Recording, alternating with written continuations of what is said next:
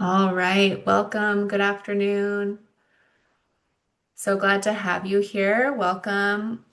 Today's Cal Curriculum webinar, we are so excited to be joined by our guest facilitators from Project Evident and Outcome-Centric Advising. We're going to be starting in just a moment as people are signing on this afternoon, perhaps joining after your lunch. We're following today's webinar from yesterday's. If you were joining us, sharing about the launch of two new exciting tools from Cal Curriculum to support your adoption planning process. Today's session is going to focus in on specifically some guidance and really great sample scenarios and considerations for you to think through in relation to planning ahead for the cost of your pilot. We know that with the context of where we are right now in California, with the state list coming out last fall, and so many districts across the state thinking through that process of winnowing down and narrowing your list to decide what materials you might want to move forward to piloting and eventually implementing. Our partners here today are going to present some really great considerations for you to think about as you enter that process of planning. So with that, good afternoon. Welcome, everyone. I'm Morgan Shepherd. I have been working on the Cal Curriculum team for the past about 3.5 years, deep in the world of the California math framework and thinking about adoption and implementation across the state of California. And I'm so thrilled to be welcoming our partners here today from Project Evident and Outcome-Centric Advising. I'll hand it over to you. Great. Thank you, Morgan. Good afternoon, everybody. We're excited to lead this webinar and really focus in on sort of planning the cost of at least the pilot part of your curriculum adoption, and then potentially speak to some of the implications for full adoption. We're going to start off with some introductions so you all know who's on the other side of the screen. We'll share a little bit more about our objective and agendas. If you'll indulge me just a little bit, introduce Project Evident and Outcome Centric, and then we'll get into the meat of the webinar this afternoon. B, would you mind going to the next slide? All right, so I'll kick us off with introductions. My name is Sagar Gokhale. I'm the managing director of the education agency practice.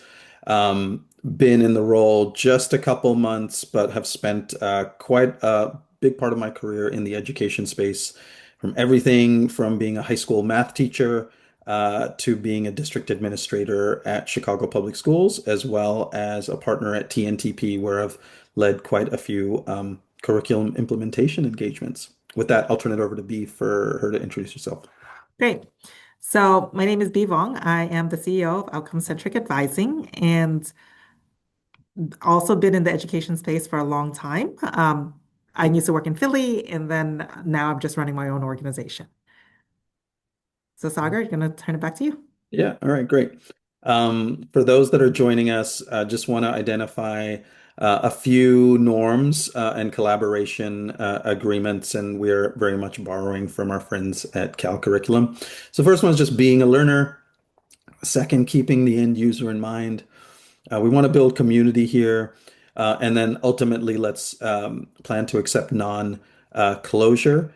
We may not get a very specific concrete outcome at the end because this work is very much iterative in nature, and there will be a number of other workshops from here as well, and the learning continues.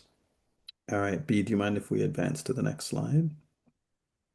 All right, our objectives this afternoon: one, provide you all a high-level overview regarding the cost of curriculum adoption and implementation so that you all have a better understanding of like what is the total cost of a pilot, what pilots can help you learn, and the cost associated with that, and how to budget for adoption based on pilots.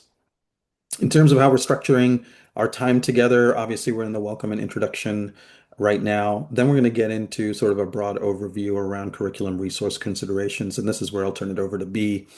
Get into a deeper dive around piloting and the cost and possible learnings. We'll have some space for Q&A at the end, and then we can close out. B, do you mind advancing? Okay, perfect. As I mentioned at the beginning, I just want to take a couple minutes to speak to Project Evident, and then B will speak to outcome-centric advising. So if we advance to the next slide, B, I just wanted to share that, Project Evident for both the, education sector, but also nonprofits, is really focused on helping organizations harness the power of their data, evidence, and technology, ultimately to achieve greater programmatic impact, right? So for us in the education space, it's, better student outcomes. If we advance to the next slide, I think what we want to stress here is we are very much centered on practitioners. So you all as, district leaders, school system leaders, school leaders, as well as teachers, we want to center you all, and this is why we do the work that we do. And this aligns to sort of how we think about the next generation of evidence. We also focus in on ensuring that we connect equity with data and evidence. We want to elevate community voice as much as possible. We also like to embrace a continuous R&D like approach. So we don't like to focus on these one and done evaluations as how are we collecting data along the way to inform the work we're doing and be able to pivot. And then ultimately reimagine evidence to broaden its definition and use in the age of AI and machine learning, as we are, all, sort of wading into right now. That definition is very much expanding, and we want to make sure we are part of what that definition is. Again, rooting or centering practitioners in that work. B, do you mind advancing just one more? So within Project Evident, there is an education agency practice. I lead that practice, and what we are really all about is equipping education leaders, and we count teachers in that group as well, with sort of digital tools and fit for purpose evidence, so that they can lead data-informed learning and innovative organizations, right? And the ultimate goal is really to accelerate y'all's ability to provide your programming, your interventions, your services that deliver sustained impact, but while minimizing the cost, right? We all know within the education space, funding is a luxury, and so we want to make sure we're able to provide that kind of support at the lowest cost possible.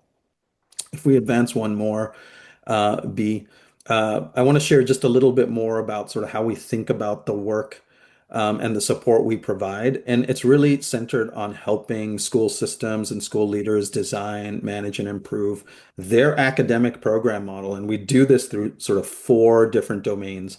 One is decision support. So how do we take research that exists and leading practices that exist and translate that into sort of practical guidance that you all can use?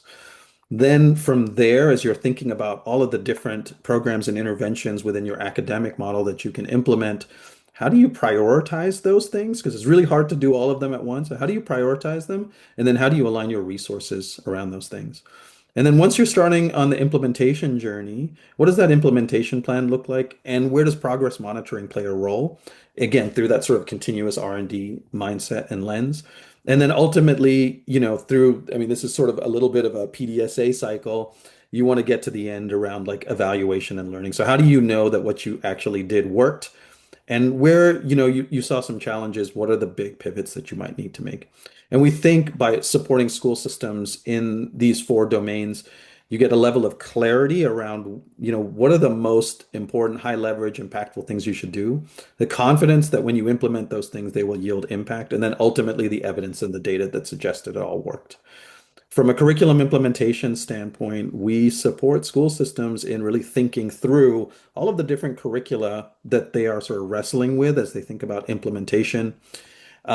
Really identify like how to like prioritize and sequence those things, especially when it comes to thinking about how do you actually support teachers through that implementation? And then what are the resources and what are the like in terms of human resources, but also the financial resources you need to effectively implement all of these curricula across all these tiers on time and also in a way that ultimately yields impact, right? So that the teachers are bringing this curriculum to life in their classrooms. B, if you wouldn't mind advancing one more, and this is where I'll turn it over to you. Great. So, outcome-centric advising actually just started this year, and the focus of the work that I do is that I advise education leaders on how to most effectively leverage their resources to deliver better student outcomes. So, In a place of declining enrollment or even increasing enrollment, how do you use your budget dollars the best way you can to yield the outcomes that you're looking for? Because I firmly believe your budget is a reflection of your priorities. So if you have certain priorities, how do I align those resources to help you get where you want to go? So I work with superintendents and cabinet members to do this work across the country. So I'm going to actually quickly pivot into the work. And so as we think about the work, we're like, what resources would actually be required for a district or a school to effectively implement a new curriculum?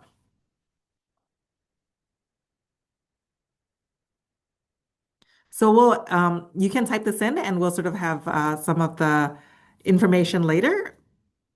But while you're working on this and sort of adding in sort of your thoughts regarding what resources are required to most effectively implement a new curriculum, in working with school districts across the country, what we generally hear in our thought exercises are the following. We ask them, how would you calculate the all-in cost of an effective curriculum implementation? We generally hear this. Well, we need our teachers, right? Because teachers are the person who will be delivering our salary, our curriculum.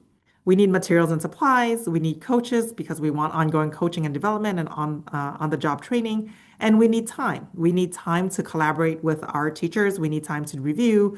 We need time to actually receive the coaching. What we hear less often when we engage in this is actually we need time for collaboration with our other teachers or other subject matter experts. There is less time for actually analyzing the data and the support for data analysis.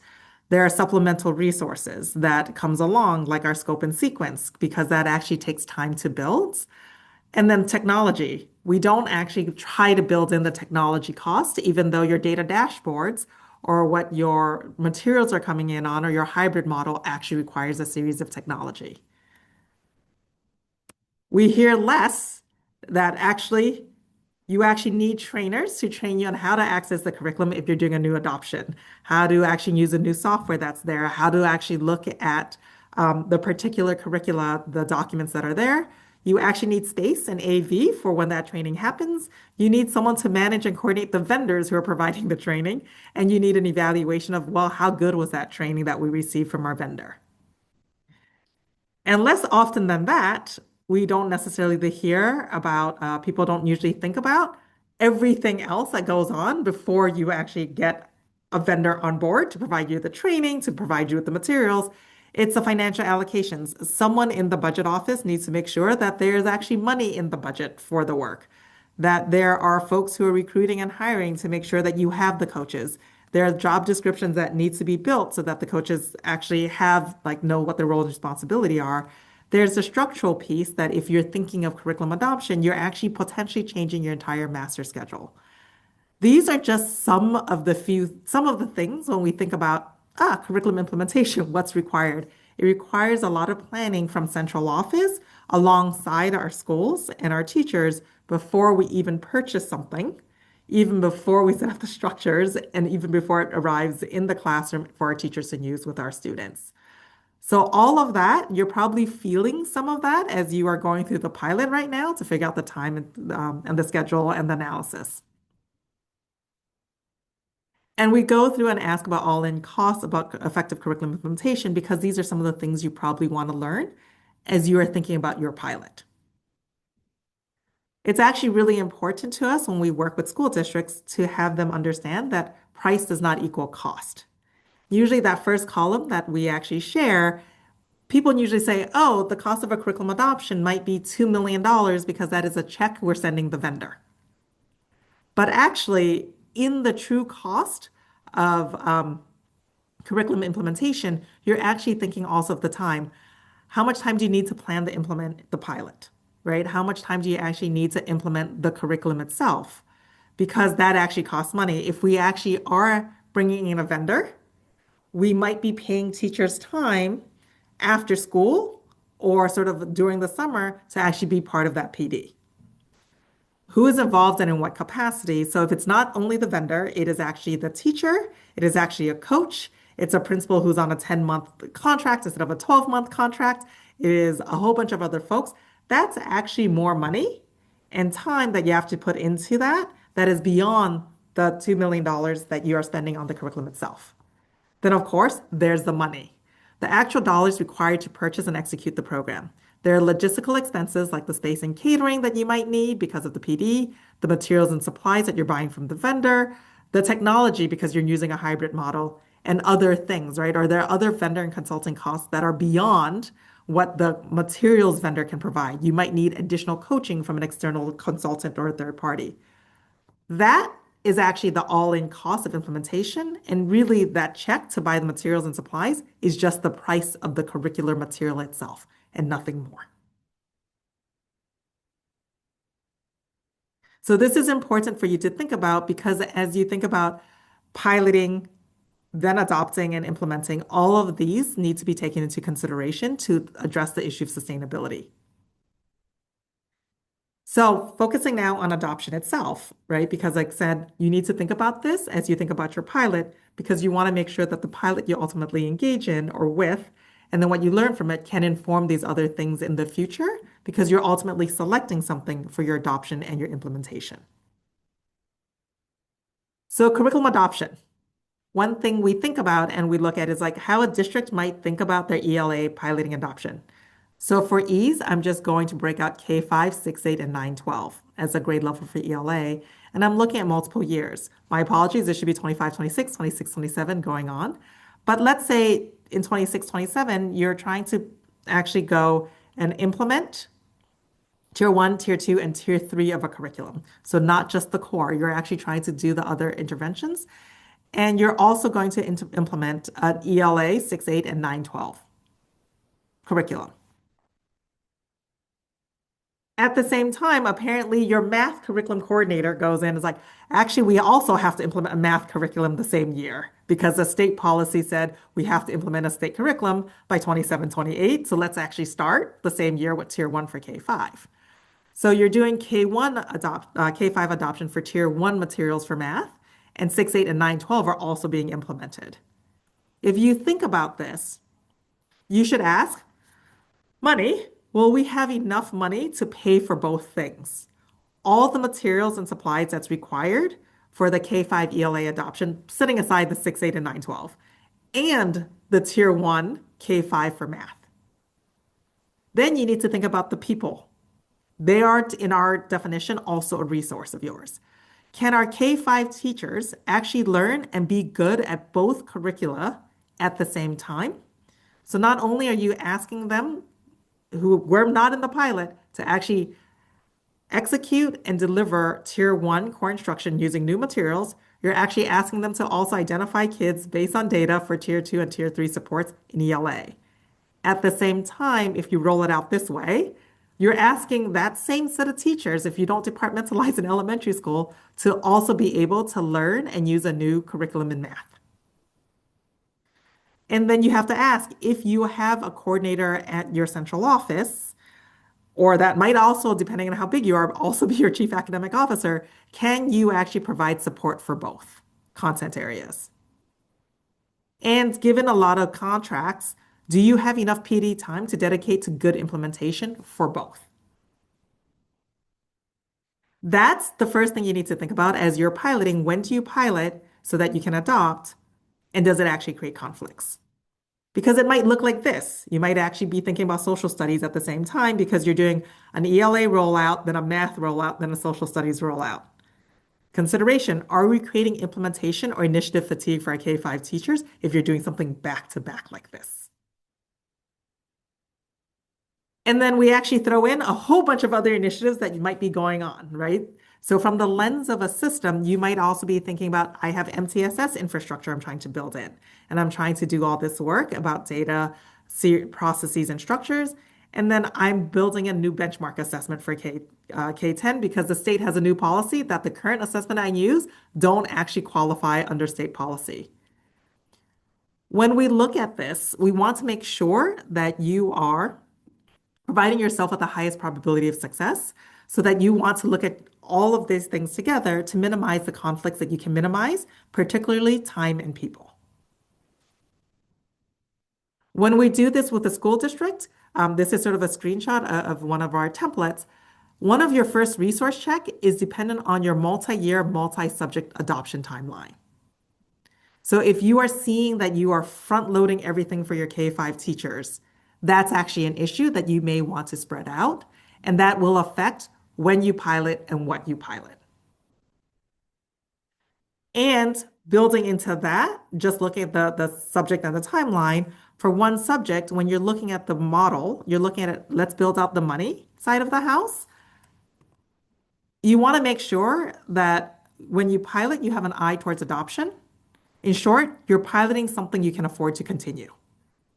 If you're going to pilot something you can't afford to continue, then that becomes an issue for long-term sustainability and what resources your teachers will have in the long term.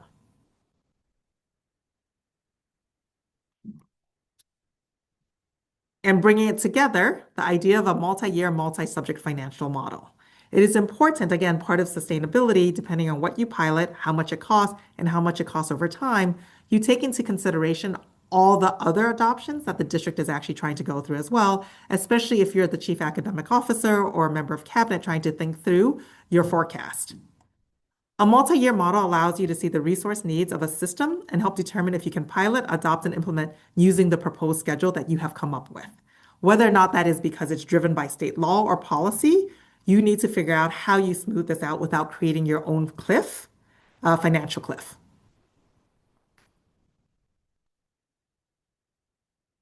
I know this is a lot of numbers, so I'm just pausing for you to sort of absorb a little bit. And once we think about the multi-year, multi-subject financial model, we actually start thinking about implementation. I am able to afford to buy the thing. I can afford to buy the thing. This is sort of our second pulse check is you sort of give us some feedback and we'll look at the results at the end. If you want your teacher to effectively implement a new curriculum, what support do you think they will need? So Sagar, I don't know if there's any things in the chat that people have added. There were a couple to the first question, but it looks like we have a couple things coming in. Okay. So it's really centered around professional learning for teachers, I think, both at the outset, but also throughout the year, as well as professional learning for school leaders and district leaders as well. Great. So professional learning, school leaders, district leaders. Yep. And I think Marissa's dropping a few more things in here. And then ongoing progress monitoring.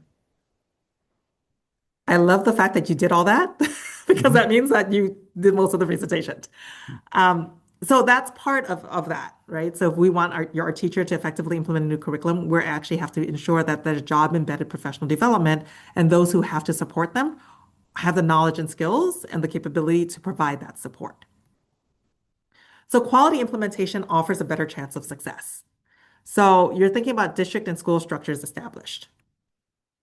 You are thinking of piloting a curriculum, but for example, your curriculum requires 80 minutes of time, but your schedule only allows 45 minutes. Is your district and school structured to allow for this pilot to have a chance to succeed?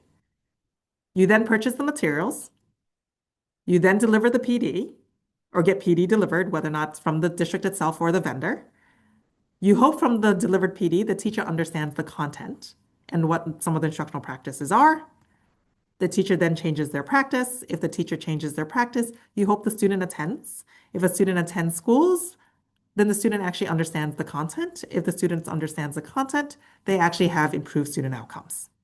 This is a very simple sort of logic model. But if this is our theory of what a high quality adoption could do, we also look at, well, if we want to change district and school structures, our district admin need to be trained on the structures so that they know how to change or make the shifts necessary. And our school admin needs the same. So if we're trying to build in job embedded professional development and collaboration time and progress monitoring time, as was suggested in the chat, then the school administrator has the responsibility to build in those structures in their schools so that there's a chance for that curriculum to be adopted well and sort of that learning time to occur. And for the PD to be delivered, if we want this ongoing coaching, there's a district admin should be trained on the curriculum and the instructional strategies. so that they can provide PD and coaching in a centrally provided way over time. Similarly, that means our school administrators have to be trained on the curriculum and the instructional practices and the structures associated with the materials so that they can provide the PD and coaching, school provided, to the teachers and sort of go through this iterative, like continuous learning and improvement and progress monitoring process. If this is true, then you have to think about the full set of resources to support execution. It is now no longer just the curriculum material itself. It is, in addition to just the materials, which is the top part, a series of professional development and implementation and operational needs. You have to build that in because you don't want to buy the materials and not be able to support with the corresponding professional development and time, because otherwise you're not giving yourself the best chance of implementing that curriculum with integrity. And then you should integrate all of this back into your multi-year financial and staffing plans because you need to know whether or not there are sort of places where your district can afford or can't afford it for you to adjust your plan accordingly. You don't want to be surprised by any sort of cliffs that might come or any bulges in cost, because if you know that upfront, you'll know how to mitigate those challenges. So what does that mean for districts who are piloting? This is sort of CalCurriculum's adoption process. You're piloting because you're sort of investigating the materials so that you can ultimately make a decision and plan and launch for implementation. Given this fact, you want to use your pilot to learn about what you want to adopt. So if you think about on the left-hand side in adoption, if you want a coherent program that allows for differentiation, in your pilot, you might want to consider, well, how does tier 1, tier 2, and tier 3 resources are integrated, or are they integrated in the same materials? If they're not, do you have to actually look elsewhere for other tier 2 and tier 3 resources for your students? Are there actually examples and instructional strategies for different lessons? That's your first part of your coherence. In adoption, if you want to have a curriculum that can support your EL or ML students, they're called both depending on which school district I work with, as well as support students with disabilities, you want to see whether or not your materials that you're purchasing or are piloting has curriculum materials that include resources for EL and ML students, students with an IEP, or if they don't, how easy is the existing materials adapted for use for these other students. In adoption, if you actually at the end game want an integrated assessment platform for progress monitoring and to allow teachers to quickly and easily identify areas of focus for the class and individual students, then you should actually ask yourself in this pilot, well, how easy are the assessments to use if there are assessments at all? How often are they administered? And how easy is the data to analyze? You don't want to make it too hard for yourself if you're trying to quickly and easily identify areas of focus for the class and each student. So the reason why we started to talk about like adoption and implementation, even though this is talking about your pilot, is because if you want certain things in adoption to happen and be true, then in your pilot, you might have to look for those things. Similarly, if you're using your pilot to learn about implementation, you want to ensure teachers have multiple chances for learning throughout the year, right? That's the continual professional development. Then in the pilot, you might want to be able to ask the vendor, even if you're not piloting it, what type of professional learning is provided by the vendor and any way that for them to make it up. If implementation, you want teachers to be able to continue to improve their implementation of the curriculum over time, you should actually try to figure out what structures and support do you need from your vendor, district, or administrator so that you can actually continue to improve over time. If in implementation you want to advance co-teaching model for special education and general education, then you should actually, during your pilot, figure out what resources are provided for co-teaching model in order to support special education students in the general ed setting. So understanding your end goal of adoption and implementation will be able to inform what you want to look for in the pilot, because that will determine how much you invest in your pilot. So what does this have to do with resources?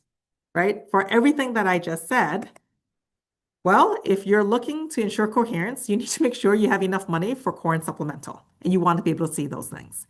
If you have digital tools and assets and you want to do dashboarding, you want to make sure that you have the technology and support. If you are trying to see whether or not the vendor is going to provide PD, you want to see what vendor PD are there. If you are trying to figure out and build lessons, you need substitute resources because that sort of pulls you out of the classroom to do some collaboration with other folks who are piloting. If you are trying to make sure that you have time to work on lessons plans, then you need facilities and meeting space outside of your classroom. And if you want to actually use the resources and the learnings from the pilot in your selection, which you should, then you need to make sure that there's committee and teacher time to review and do some sense making of what they learned throughout the pilot. Of course, all of this is to say, we were assuming that you have received a preliminary budget from your central office for what a full adoption would cost your district. That you're not trying to discover during the piloting process how much money there is for you to spend on a full adoption. But before you make your recommendations, so you've piloted, you sort of synthesize the data, you start to say, okay, I'm ready to potentially make a recommendation in the selection. Be sure you know the full cost and services that is actually going to be provided in the quote that you have. So your pilot may have included all these things. I'll give you a second to look at them.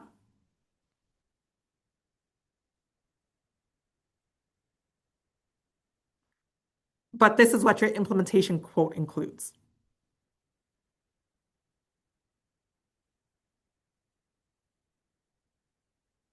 I'm not going to ask the obvious, but obviously the list on the right looks way shorter than what I was given in the pilot on the left.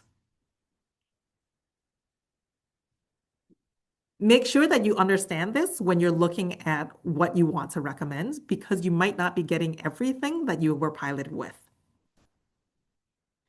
So understanding what was in use in the pilot versus what is you being quoted is actually really important. And if you're going into an electronic or a hybrid model, if your curriculum provider provides updates to their curriculum materials on a regular or frequent basis, you should try to figure out whether or not their curricular updates are free or are actually the quotes just for their current product, and any updates are additional cost to you.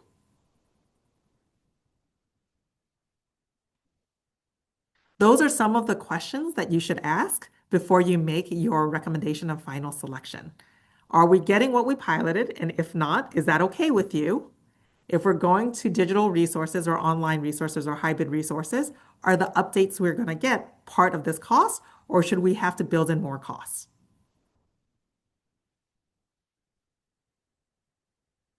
Just a tip, ask your vendor or those you're considering recommending for a breakdown and the exact same structure of the breakdown so you can compare costs across your publishers and your vendors.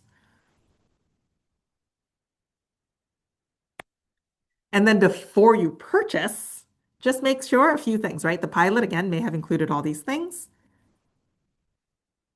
Just make sure you understand your funding sources and whether or not your funding sources can be sustained over time.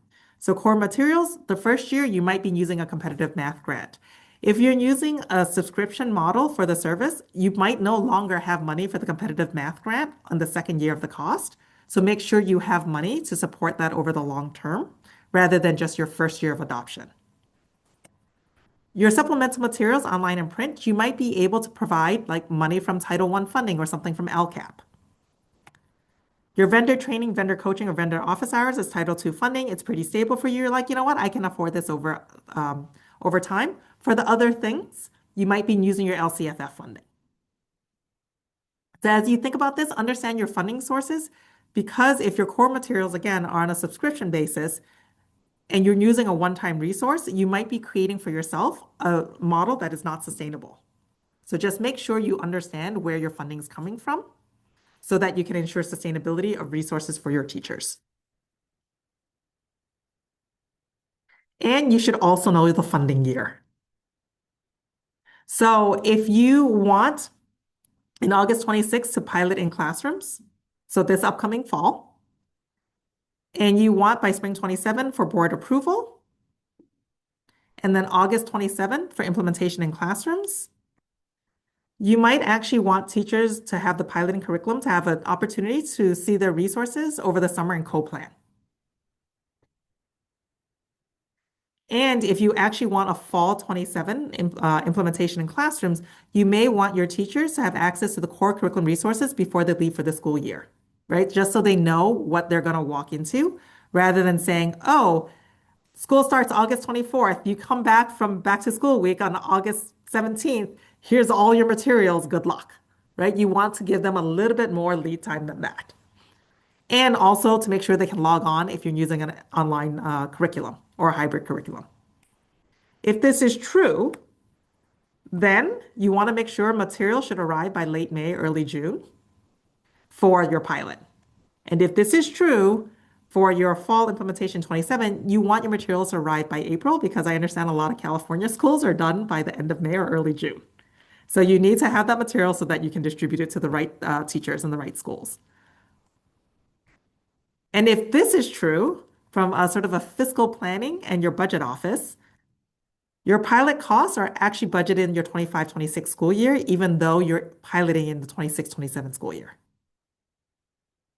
Because you want the materials in hand before people leave. Similarly, if you want people materials in hand or licenses in hand before your teachers leave for the year, your implementation costs for the fall of 27 should be part of your 26-27 budget. Which means for all of those of you who are on this call or listening to this recording, the cost of your 27-28 rollout of a curriculum, you should actually be discussing that right now so that it is in your 26-27 budget. So if you're going through your LCFF, closing out the budget, talking about LCAP, which I know many of you are at this point in time, you should be talking about and talking to your budget office. We plan to implement a new curriculum for the fall of 27, but I actually need money in 26-27 so that I can actually plan appropriately.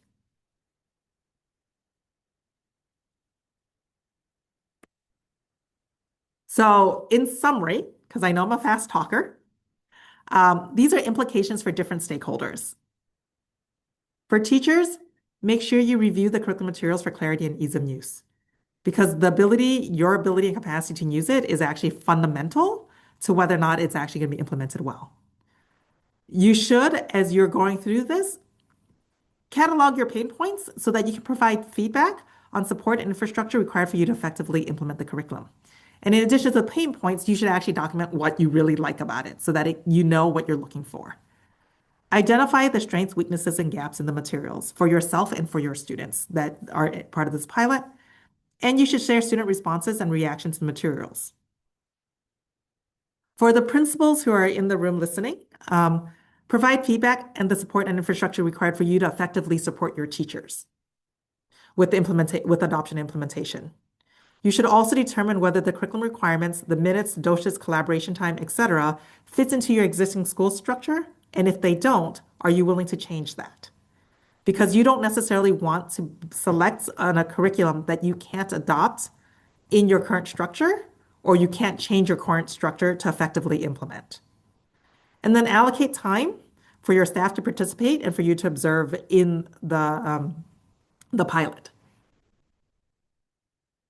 Finally, for district admin and leadership and those who are running these pilots so that you can actually recommend to the board something to adopt, clarify expectations and the district instructional vision so that it is clear to the principals as well as the teachers who are part of the pilot program what you're looking for. Dedicate the time and money for learning during the pilot. So the collaboration time, all those things, the data collection, the data sense-making time.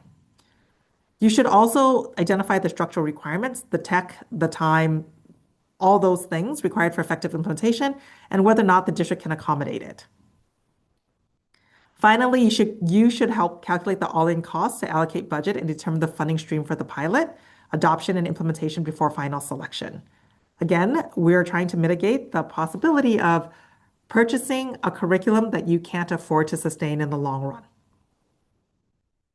and more importantly, that you can't implement well with the supporting infrastructure of professional development, continuous learning, progress monitoring. So I'm going to stop and stop sharing my screen and sort of open up for discussion. If you feel free to get yourself on mute, off mute, or put it in chat. B, we actually have a couple questions Oh, already sure. in the Q&A. So one of them is speaking to any tools or resources or templates that districts can use when they're going into a pilot. I know B, we're releasing some in the future, but maybe you can speak to those. And then I'm sure Cal Curriculum, you have some resources that you may want to spotlight as well. Sure. So, two of the tools that we will be releasing shortly, well, the first one we can release sooner rather than later is the looking of your multi-year, multi-subject timeline, right? And sort of at least begin documenting that so that you can think through, did I unintentionally create conflicts? Or if I'm the ELA coordinator for the school district, am I aware of what else is happening in other areas so that we can work together to sort of smooth out what we're expecting of our teachers and our schools? Similarly, in that tool, it's going to say, are we going to the same schools to pilot things at the same time? Because that creates other sort of conflicts. So that's one tool. The other one that we're working on developing right now, and we're testing with a series of districts, is actually our multi-year, multi-subject financial model itself to say, can we afford to do this in the long term, given our all-in cost? Thanks for that, B. And I'll let Morgan, it looks like you were about to come off mute also, but the slide you had, I mean, I know what slide it is. It was slide number 31, but the participants don't. But the slide you had where it was like in the pilot, you received all these things, but your implementation quote is these things. That really stood out to me as like if if districts were thinking that far in advance, and so I'm wondering if like if you all have that somewhere captured, even if it's just a like series of check boxes or open, these things. If you got these things, make sure these things are also available. It just really, that slide really jumped out to me as like oh, yeah, districts are going to receive a lot of these things that we see on the left, right? Which are the supplemental materials, the core materials, some consumables, digital tools, and then they fall in love with this thing that has all the things. And then when they're quoted for implementation, they're just quoted, I feel like the base model that doesn't even have air conditioning and has still, like you roll your window down. So do you have anything like that that exists? And we would love to work with you on something like that if you don't. I have that slide. No, I mean, if this would be helpful for school districts, we're happy to create something like that, right? Because um, a lot of the slides that you see comes from actually our experience of what we have seen other school districts go through. Um, so I actually do have a client where they're like, I had all these things, it's great. And then they purchased it and they're like, where's the kit for me to use with my third grade kids? Oh, you didn't buy that. It wasn't part of the quote. Yeah, 100% agreed. I was going to drop just some general open source resources that we do have for any attendees interested. Um, yes, I've definitely heard that come up. One is if you haven't checked out this really high quality resource that we have linked on the CalCurriculum website, it's from EdReports on best practices for piloting curriculum. I would highly encourage you to check that out as a starting place, and then this webinar is a really great resource to dive deeper to thinking about those cost considerations when you're planning your pilot and ahead for implementation. The other resource I would share in case you haven't checked it out before is CalCurriculum's Hexagon tool. We have some similar considerations in there around your capacity and the supports and things like that, and considering the costs associated with that, which I think are so important. And I really appreciated the point that you raised, B, around like even like 2 heads a year, 2 years ahead financial planning. And so I was thinking about like our guidance from Cal Curriculum is when you're at the beginning of your process, you're forming your adoption leadership team. Who are the important voices you want to be involved in this process, which includes guiding the pilot. And we have some considerations in the Hexagon tool, like thinking about your LMS platform alignment. Are you bringing in your tech team from the district? But with this as well, I was thinking like what a valuable, recording to be able to share with like the CFO or the finance team from the district or the person in charge of instructional materials. Like these are the considerations that we want all great minds thinking about together as we're planning ahead for future adoptions. So all to say, I'm excited about the learning here today. And these are a couple aligned resources that I think can help attendees here. Thanks for that, Morgan. I know we have another question in the chat too, but before I'm curious. We're in a unique place in California, and we do a lot of work with districts, and we've heard varying stories about free pilots versus it will be free if you buy our thing, but if you don't buy our thing, we're going to charge you 20% versus like no free anything. It's full pay and districts have to then push back.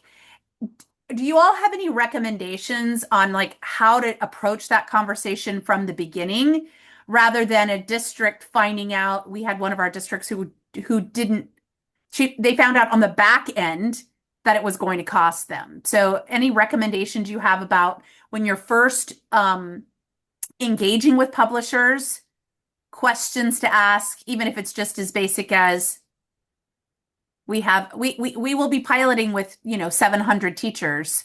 What's that going to cost us? Sagar, do you want to start or do you want me to start? B, why don't you go first and I'll add into it. Great. So I would say if you are, well, before you even engage with the vendor or the publisher, hopefully your district has actually, and sort of your committee, per the recommendation that you've shared, have already vetted out like a series of tools that you can't use, right? Resources you can't use in your system for XYZ reasons.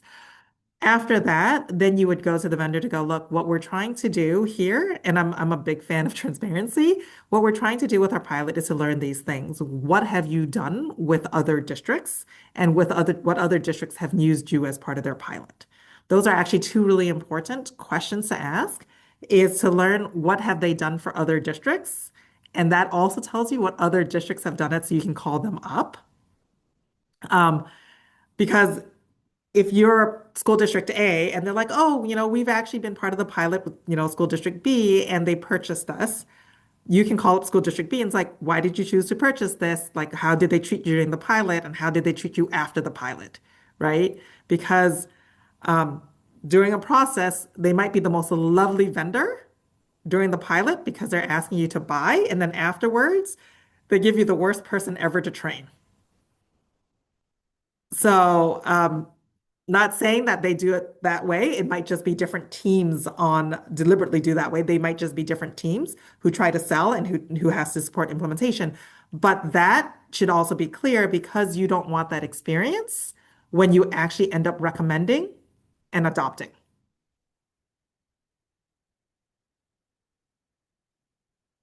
I think just the other piece of context around this is that depending on the medium in which the publisher is providing this curriculum, there is obviously a cost associated with that, right? So I think it's helpful, Shanna, as you'd mentioned, just to get clear right up front, what is the cost associated with this? I think also with that slide that B had, slide 31, right? For you to like truly understand like that, using the car analogy again, sort of the total cost of ownership. So you know what additional questions to ask. Because depending on the publisher, just as additional context, depending on the publisher, when you're talking about a pilot or potentially purchasing curriculum, you may not necessarily have a content expert, you may actually have a salesperson. on the line and just recognize that that's the case. And so you want to be as informed walking into the conversation. So the things that B mentioned in terms of like asking about other districts, doing a little bit of homework around their experience, then allows you to ask those questions. So you're walking in eyes wide open. And then it really depends, honestly, on the business model that the publisher has in terms of whether they can extend a pilot to you free of charge versus having to, honestly sort of cover the cost associated with the materials. And that's why I think in some cases you'll see some publishers say, hey, there's a little bit of a hybrid. We'll give you the materials for free, but the actual consumables are a cost to us. Either we don't produce them or we like license them or so on and so forth. And that's unfortunately an expense that we have to pass along.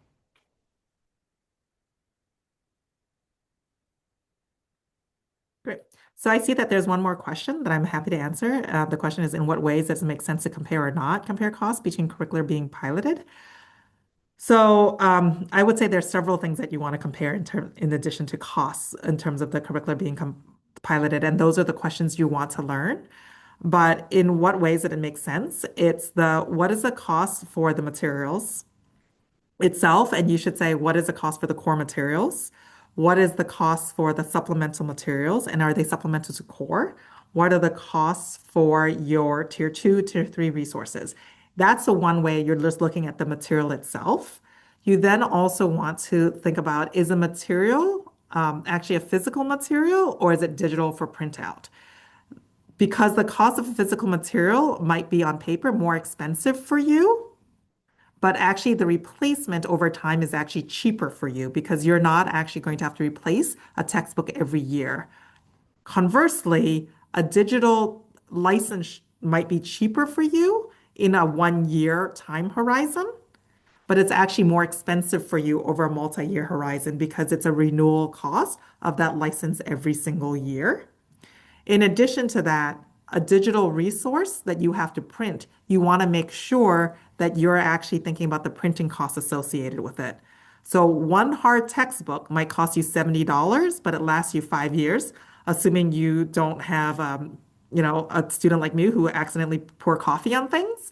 But that one textbook that's $70 lasts you the whole year versus 5 years. So it's $70 for 5 years versus a $20 subscription every year for that same material will actually cost you $100 plus the $10 that it costs to print it every single year because you have a new student. So actually, you're comparing a $70 hardcover material to a $150 material over the same course of 5 years. So that's one thing you want to compare. The other thing you want to compare while you're piloting, or at least ask about, is their professional development cost. Are you actually going to get the professional development and what type of professional development are you going to get? Because there is professional development from vendors. They're like, of course we provide professional development. Be clear about what that means. There's professional development. It's like, I'm going to teach you how to log on to this and how to download something versus I'm actually going to do that and I'm going to provide professional development on how do you actually create lesson plans according to your standards in California, right? And here are examples. There are other things that you might want to compare as well with professional developments. Like, does that professional development include walkthroughs and coaching? So the don't just ask, do you provide professional development? Ask very specifically what professional development, what frequency, and to whom.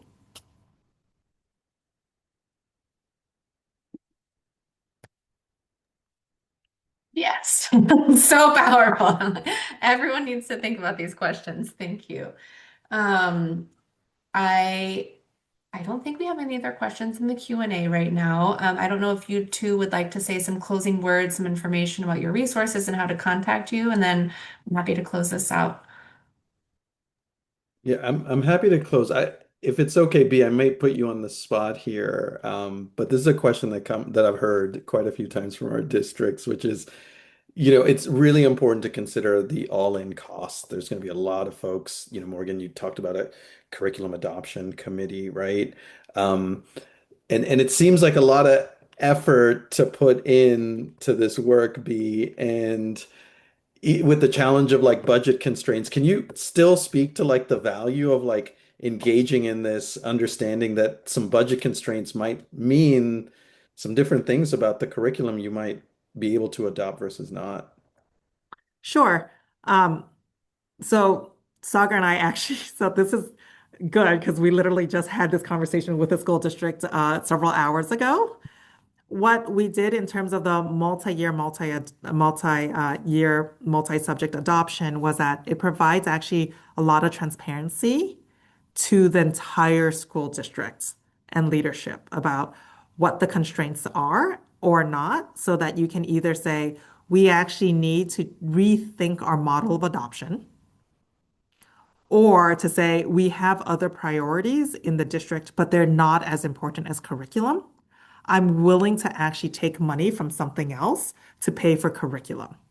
But absent that sort of very transparent multi-year look, it's actually really hard for a district leader to make that trade-off decision. And it's actually also very hard to say, oh, if I look at the multi-year cost, I'll just sort of multi-year cost, it's like, actually, I need to pause on adopting social studies this year because I need to roll forward that money so that I can fully afford math. That's actually a hard decision, but it's a decision leadership can only make when they get to see the multi-year, multi-subject together. And those are trade-off decisions from a macro level. From a micro level, that becomes the, oh, we can't afford all tier one and tier two, tier three in one year, but we could actually afford tier one this year, tier two and tier three the following year. And then you can actually smooth out your model that way. And that becomes a sort of a departmental, not a district-wide look, but a very important departmental look.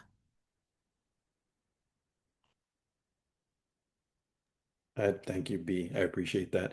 Do you mind just very quickly be projecting your screen with our contact information as we close out? Of course. I'll share something. One, I just want to thank our friends at Cal Curriculum for inviting us into this space so we can share a little bit more about our thinking around curriculum implementation, right? And really thinking about like what are all the costs and how do you manage through that to ensure ultimately at the end of the day whatever curriculum you implement, you're going to do so with integrity and it really comes to life for the kids in your school system. So I appreciate that and thank you. We have listed up here both my contact information and B's contact information. If folks, on this webinar live or afterwards that are viewing it want to get in touch with us with some additional questions to access some of the tools that we'll be publishing in the future, or even just a thought partner a little bit, feel free to contact us. Be anything to add on your end? No, you're extremely articulate. You would close better than I would. You're very kind. Thank you again. Yeah. Thank Morgan, you Shannon, we'll both. turn it back over to you. Wonderful. Thank you both so much for being here today. I've learned a lot. I know our attendees, I'm sure, are gaining so much helpful guidance and insight into what to consider and think about as they're planning ahead for both their pilots and their future adoptions and implementation processes. I heard so much alignment between what we share in terms of best practices for planning for a pilot, starting with that purpose and goal in mind, and thinking about, like you said here, be based on what we learn, want to learn, from this pilot experience, what do we also need to consider then in terms of the costs of that? What are the priorities we have as a district and mapping that out for the future? I also heard a lot of alignment around, I know, conversation in the field right now about instructional coherence and how you can use this pilot as an opportunity to be learning about that in your district. And if you do see that shifts need to be made, like we've heard about that in our case studies published on the website as well, how can you use the pilot as an opportunity to think about those potential shifts and what the cost implications are of those as well? So thank you so much for both being here today and sharing your expertise. Thank you all for being here in attendance, and I hope you have a wonderful rest of your afternoon. Thanks for joining us.